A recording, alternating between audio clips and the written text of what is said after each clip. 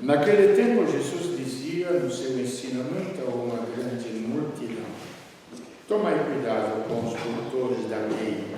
Eles gostam de andar com roupas vistosas, de ser cumprimentados nas praças públicas, gostam das primeiras cadeiras nas sinagogas e dos melhores lugares nos banquetes. Eles devoram as casas das viúvas, fingindo fazer longas orações. Por isso, eles receberão a pior condenação. Jesus estava sentado no templo, diante do cofre das esmolas, e observava como a multidão depositava suas moedas no cofre. Muitos ricos depositavam grandes quantias. Então chegou a pobre viúva que deu 2 pequenas moedas, que não valia quase nada. Jesus chamou os discípulos e disse: em verdade vos digo, esta pobre viúva deu mais do que todos os outros que ofereceram esmolas. Todos deram do que tinha de sobra, enquanto ela, na sua pobreza, ofereceu tudo aquilo que possuía para viver. Palavra da salvação. Glória a vós, Senhor.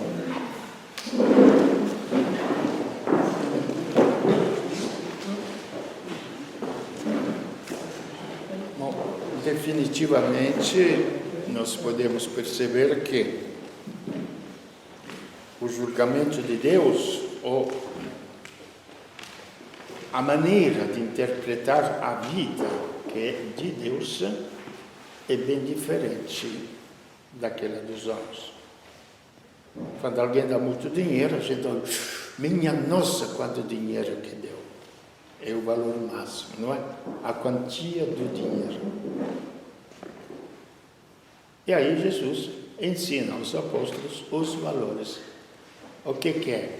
É a quantia do coração. Então não é a quantia material. É o quanto de coração você coloca naquilo que você faz. Então são 2 julgamentos totalmente diferentes. Também, aquele que é comum para a gente, não? Os doutores da lei, os sacerdotes, gostam, guardai-vos deles, porque gostam das saudações, os primeiros lugares, e isto e aquilo, não é? A famosa carreira. A famosa carreira da vida, não é? Isso é a grandeza. E se chama pessoas religiosas. Aí, nessas alturas, que eu duvido, quando se fala que aquela pessoa é muito religiosa. Eu falo que esta gente fazia longas orações, precisava um monte de tempo. Mas, naquela época de guerra, de doenças, as famílias eram muito desajustadas. Muitas pessoas ficavam viúvas, primeiro casavam criança praticamente. Depois ficava viúva com 20 e poucos anos, com criança e tudo. E tinha que se defender. E eles, na necessidade, tudo bem, eu te pago X, 20 reais, o que vale 100, você me ia dar a sua casa, eu te ajudo. E aí por diante. Fazia longas orações. Na prática, vivia a imoralidade. É religiosidade esta? Não sei o que fala, é o próprio Cristo que fala. Não é religiosidade. Mas vamos entrar no assunto principal de hoje, que outras vezes já nós temos tratado aqui. O sacerdócio. O sacerdócio cristão. Eu falei numa frase um pouquinho a efeito. Jesus não foi padre. Prestemos bem atenção no que eu falo. Jesus não foi padre. Eu sou padre, pela ordenação que eu recebi. ele foi sacerdote. Por que digo estas duas coisas diferentes? Porque na mentalidade nossa, ser padre praticamente é quase fazer carreira dentro de uma organização da igreja. É padre. E o Papa, muitas vezes eu pergunto, Frei, o que o senhor acha do Papa? Um pobre de um homem que exerce aquele ministério de ser Papa. Agora, com esses escândalos escritos, coitado, estava rezando muito por ele, coitadinho. Quem mandou ele botar a mão na cumbuca? Entendeu?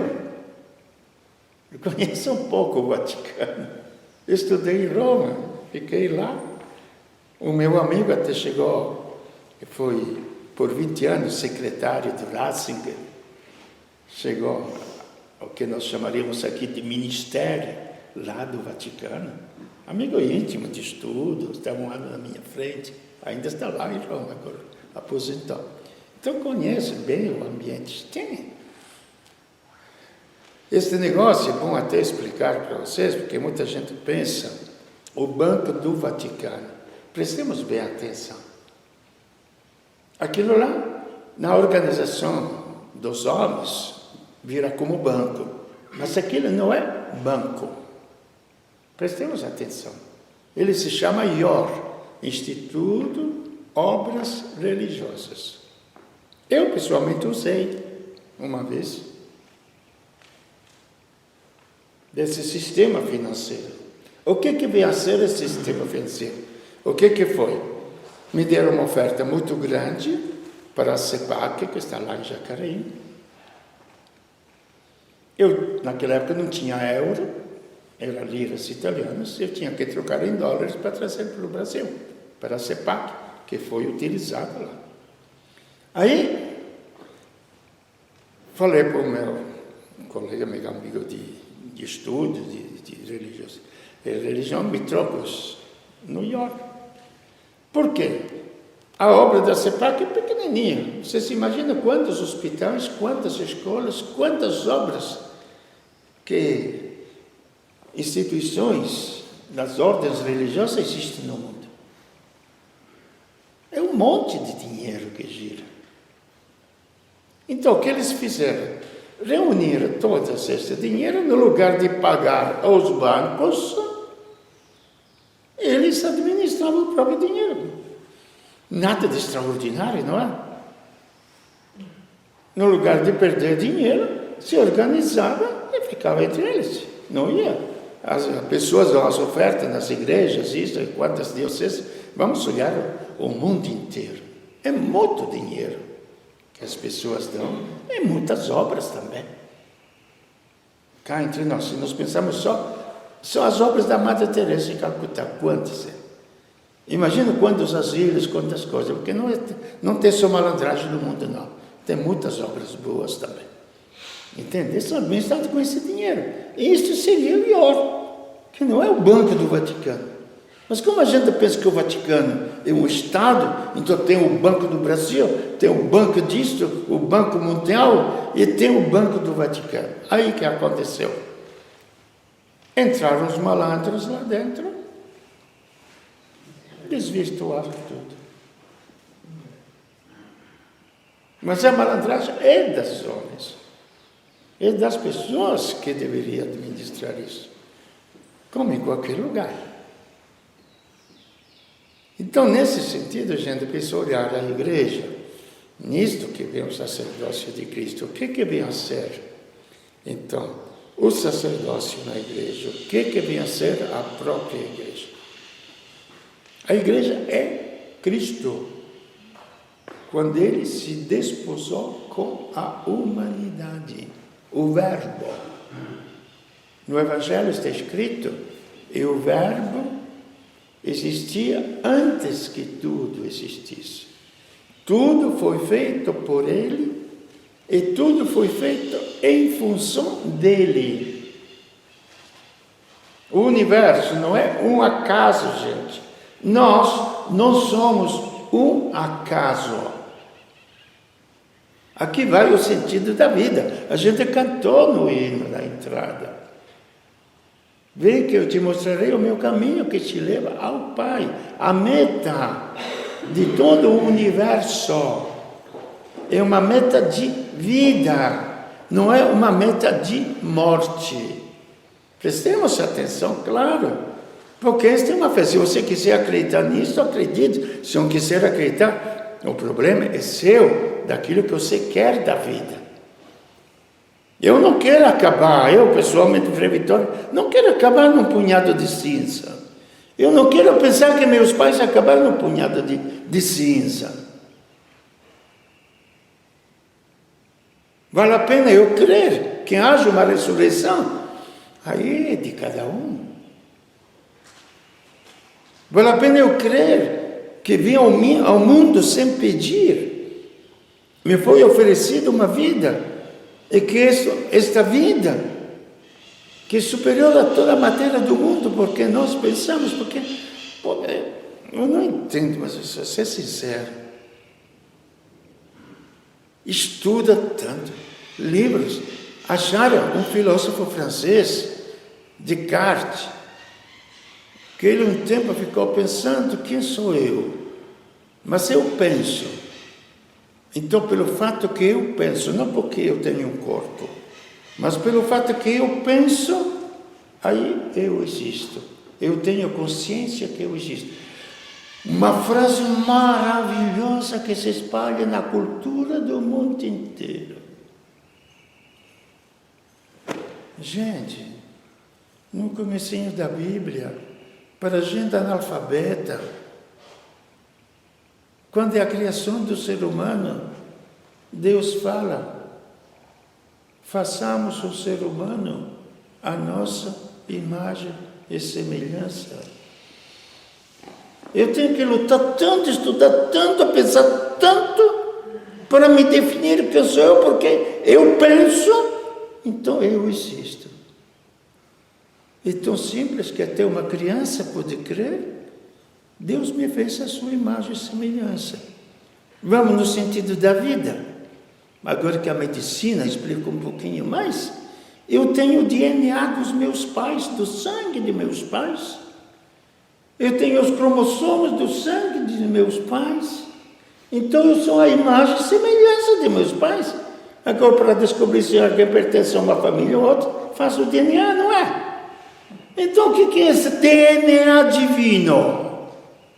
Façamos o ser humano a nossa imagem e semelhança. É o DNA de Deus que está em cada um de nós. Por isso que depois na Bíblia nós descobrimos que, olhando as maravilhas do mundo, olhando toda a beleza do universo, etc., apesar que agora o ser humano não olha mais as belezas do universo, olha mais as belezas do shopping, não é? Nós temos trocado o universo pelo shopping. O shopping é uma maravilha. O universo inteiro, com suas cachoeiras, com suas matas, com toda esta bicharada que vive, às vezes fico sozinho meditando, mas como é que vive, como se alimenta estes bichos aqui no campo, como é que estas formigas são tão organizadas, até numa noite fica pelando uma árvore inteira. Como que se organiza formigas? De onde que vem toda esta organização? Se a humanidade fosse organizada como as formigas ou como as abelhas, seríamos um planeta riquíssimo. Só teria um pequeno problema, todos os zangões, os inúteis seriam eliminados. Mas então, seria esse pequeno problema. Que no meio desta organização, os inúteis são cortados fora. Entende? Então, mas seria maravilhoso. Então se pergunta, se eu olho todo o universo, eu me pergunto, isso já antes da vinda de Cristo, quem é o ser humano?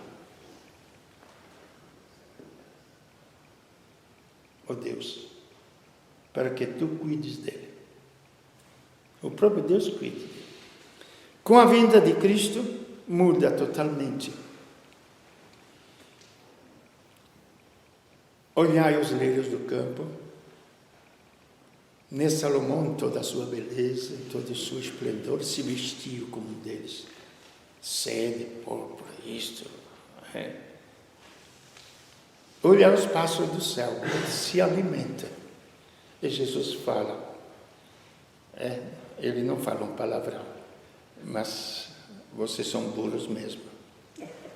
Quanto mais vós valeis, seres humanos, quanto mais vale um ser humano do que as aves do céu e os lírios do campo. E a gente, para se autopromover, não podemos acreditar naquilo que Deus fala. Eu me devo autopromover o que na minha porcaria, na minha angústia, na minha morte, no meu nada. Esta é a exaltação que o ser humano ensina e a psicologia ensina. O egocentrismo.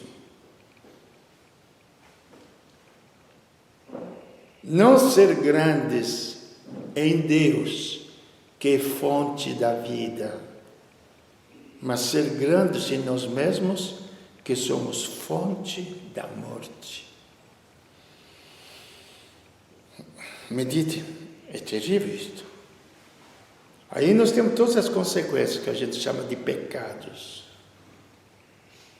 Que o ser humano enaltece a si mesmo, mas ele é grande somente em Deus. Outro dia estava vendo notícia de televisão, do jornal que eu capto, eu vejo uma criança com 5 anos, fala 5 línguas, isto e aquilo.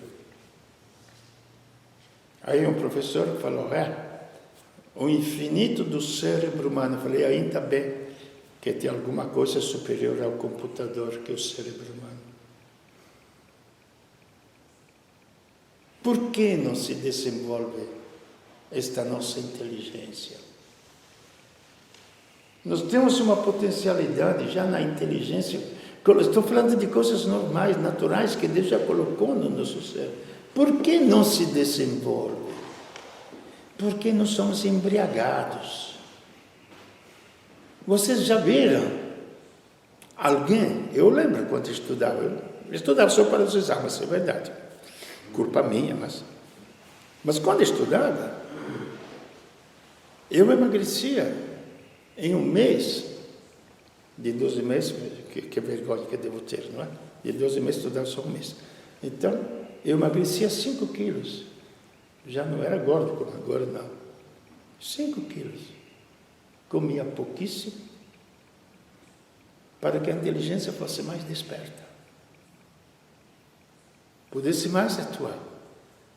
Se você come, se você bebe, se você se embriaga, a potencialidade da tua inteligência está aqui. Só que você não consegue usá-la. E assim somos nós. Quando se fala de pecado, gente, não é os atos errados que eu faço. É todo o conjunto do nosso ser que está confuso. E o nosso ser, ele não se expressa até em toda a sua potencialidade humana natural. Quando depois da morte, aqui que entra, que fala na plenitude dos tempos, e entra o sacerdócio de Cristo. Porque tem toda uma sequência, não é um acaso, gente. No princípio era o Verbo. O Verbo estava junto de Deus. Esse é o anúncio do Evangelho de São João. Quer dizer, o anúncio da Boa Nova. Este Verbo que criou o universo se fez carne e habitou entre nós. Transfira vocês, ou nós todos, meditando, esta inteligência que criou o universo todo está naquela criança que foi colocada na manjedoura. Não é nada para vocês? É uma religiosidade vazia, sem conteúdo humano. Ele se fez carne. Então, porque se não fosse homem, não poderia salvar a humanidade. Então, aqui que começou a igreja. Quando o Verbo se fez carne. E por isso que, apesar de todos os escândalos que possam acontecer dentro da igreja, ela não vai perecer. As forças do mal não vão conseguir o destruir. Como todos os males, e aqui vem a análise que a gente faz da vida de Cristo já na terra. Naquele homem, que repito, era o carpinteiro, não estava no status religioso, ele não fazia as regras como os legistas, ele não estudava teologia, como se não quero acusar ninguém, pelo amor de Deus, eu estudei teologia. Então, não me serviu para nada, pessoalmente, para os outros pode ter servido, para mim não. O que serviu foi a oração e a experiência da vida. Entendeu? Que iluminou também a teologia. Aí o que acontece? Não eram os fariseus. Não eram os sumos sacerdotes, guardiães dos livros de Deus.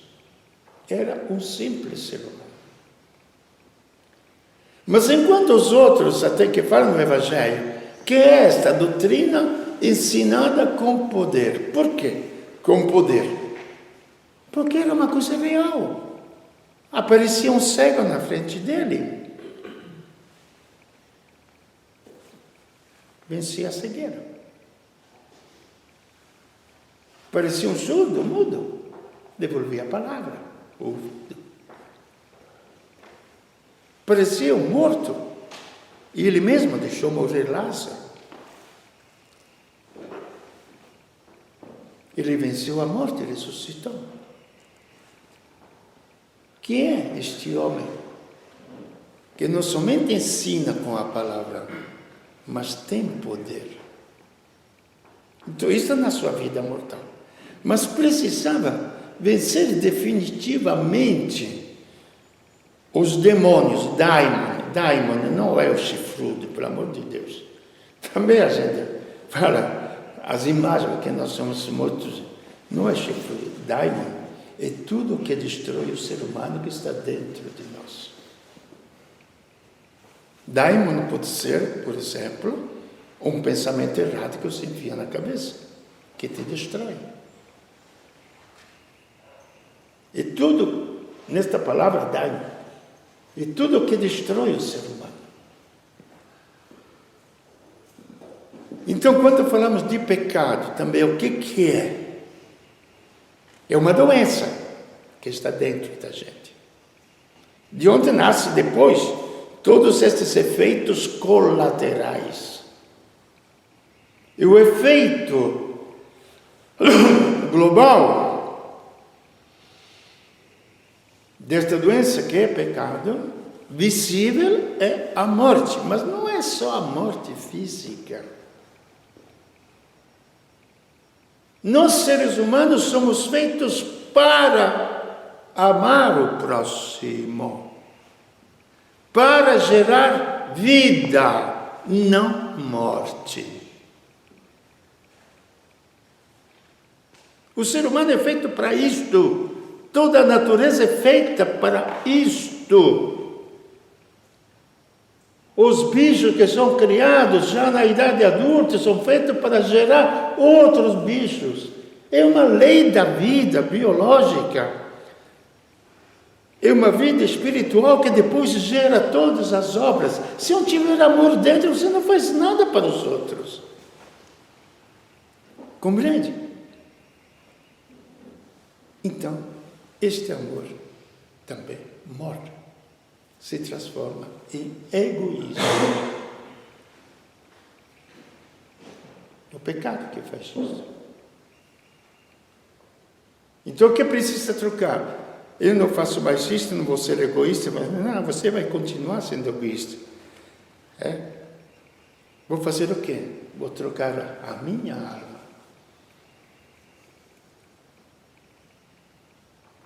Se Deus estiver em mim, eu vou amar o próximo. Se Deus não está em mim, eu não amo. É a própria natureza das coisas. E a última coisa, pense, seria a morte física. Aí entra o sacerdócio de Cristo. Os sacerdotes tinham que oferecer as ofertas, de onde veio depois também, vamos voltar ao mesmo tema de domingo passado, parece que é sobre o purgatório, não é? O que acontece? Que os sacerdotes ofereciam os animais como holocausto, porque lembravam os pecados e pagando aquilo. Como tem um amigo me falou, eu tinha prometido que não ia beber durante a quaresma, sei lá, né? Mas como tinha um vinho muito, muito bom, falei, então eu vou trocar. Vou beber esta garrafa de vinho, mas vou pagar 10 cestas básicas. Então, um pouquinho nós somos feitos assim. Então pensamos que isto, se matava, se oferecia um animal e pensava que aquela oferta perdoava os teus pecados. Mas o pecado é uma coisa íntima dentro de mim. Entende? Pode abrir o coração para receber Deus, mas não que perdoa os teus pecados, não perdoa. Pecado se perdoa onde a morte entra a vida. Aí sim é eliminado o pecado. Eis porque Cristo assumiu sobre si os nossos pecados, a nossa natureza humana. E Ele colocou esta natureza humana na cruz para ser destruída. Mas como nele existia o princípio de vida, que era o próprio Deus, que fez esta natureza humana destruída, Ele a retomou. E fez aquilo que a gente chama de homem novo, criatura nova, imortal, repleta de vida, repleta de amor. Pode acontecer isto neste mundo? Pode. É terrível. Por isso que o mundo não acaba nesta visão terrestre de poucos anos na existência da Terra. É uma existência que vai além da própria morte. Aquilo que já falei outras vezes. Vida eterna é como a criança que está no ventre materno. Será que quando a criança nasce é outra vida? Vocês mães que estão aqui dão risada de mim, não é? Pode dar risada, não tem problema. Ou é a mesma vida que estava no ventre de vocês? Vera, o que você acha? Não é a mesma vida que estava dentro? Simplesmente mudou de ambiente e saiu. Então, na ressurreição, não é tchum. E a vida que está dentro de nós, que é Cristo, porque se fez homem, e São Paulo que anuncia, não sou eu, pelo amor de Deus, gente, não pense que essa sabedoria do Frei Vitório não é. Isso aqui é um pouquinho da minha fé. Entendeu? Cristo anuncia, São Paulo anuncia a experiência dele. Eu vos anuncio o mistério escondido nos tempos. Como no comecinho Deus nos fez a sua imagem e semelhança, com a vinda do Verbo que se fez carne, que é visível, que entra na história, o Cristo que habita em vós, a esperança da glória. O que quer dizer a esperança da glória? Ele vai preencher todo o meu ser, Ele que é vida, e eu vou me tornar uma pessoa viva, repleta de vida, que é Cristo. Esta é a esperança, que será aquilo, o mundo futuro que há de vir. Por isso, voltando ao aspecto do purgatório, já perguntei, alguns de vocês não tinham. Qual é a ideia do purgatório, as senhoras lá, que se transmitiam? Que é o castigo, não é? Qual é a ideia do purgatório? Me digam vocês. Não, o que vocês receberam? Purificação. Purificação, mas do quê? Por quê? Dos pecados. Porque teve os pecados, não é?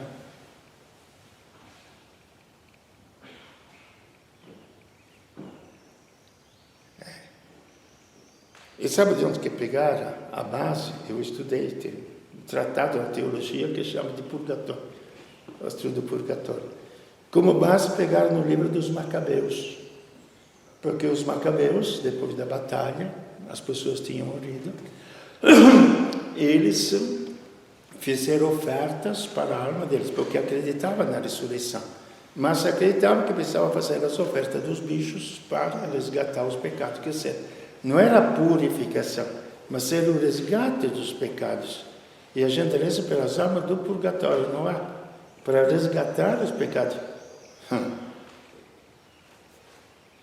Escuta, fique numa UTI ou fique numa sala de cirurgia, ao lado do doente.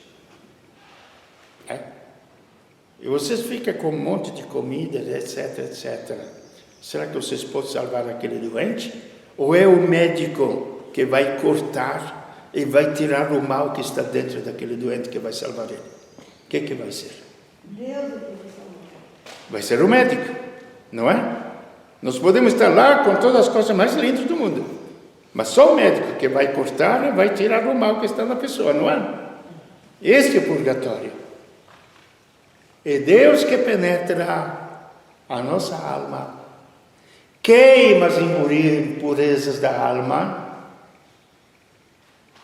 limpa a alma. Isto é purgatório. Por onde todos passaremos, temos necessidade de passar. Mesmo que eu não tenha feito nada de errado na vida, Ele tem que purificar a minha alma. Por quê? Felizes os puros de coração, porque eles verão a Deus. E nós não podemos ver a Deus, nem com os olhos físicos, porque Ele não tem corpo, nem com a inteligência, porque somos burros, não entendemos nada dele. Nós podemos ver a Deus com uma potencialidade ainda maior do que a inteligência, que é a alma. E todos possuímos esta capacidade imensa, infinita, de penetrar o mistério de Deus, que a gente na vida dos santos chama de misticismo. Como se fosse uma coisa estranha, não é? Não é verdade? Não tem nada de estranho. Então, esse é o sacerdócio de Cristo. O sacerdócio que Ele deixou. E nós, padres, então, o que fazemos? Nós repetimos o sacrifício de Cristo. Então, não se oferece mais bodes expiatórios, mas se oferece o próprio Cristo. Então, como padres, nós continuamos pobres, coitados, que servimos ao povo.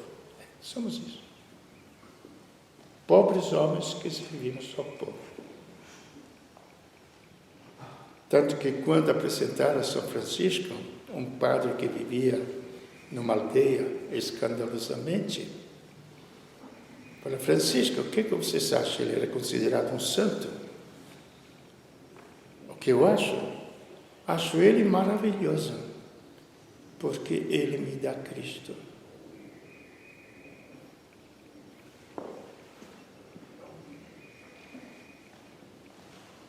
Se nós formos ao Padre para receber Cristo, pode ser o pior dos homens. Se você vai no banco para receber dinheiro, não interessa se é uma moça bonita, se é um rapaz maravilhoso, interessa o dinheiro, não é? Desculpa a comparação chata, mas... Então é Cristo que salva. Isto que a humanidade tem que entender. E nisto que vem a esperança do mundo inteiro, que para sempre Ele leva a história ao seu cumprimento. Na plenitude dos tempos, Deus se fez homem. Na plenitude dos tempos vai ter céus novos e terra nova. A terra dos malandros vai acabar como acabou. Esta palhaçada que a gente assiste na televisão. É pena, mas é palhaçada. Simples palhaçada. O bem existe, mas é escondido no meio da humanidade, onde, pensemos bem, gente, tem milhares de pessoas. Enquanto se jogam as bombas no Iraque, tinha os médicos sem fronteiras lá, cuidando dos feridos de uma guerra. E jogaram bombas em cima deles. Existem os dois lados.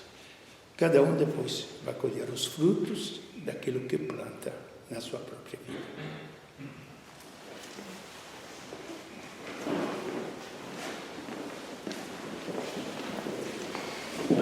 Creio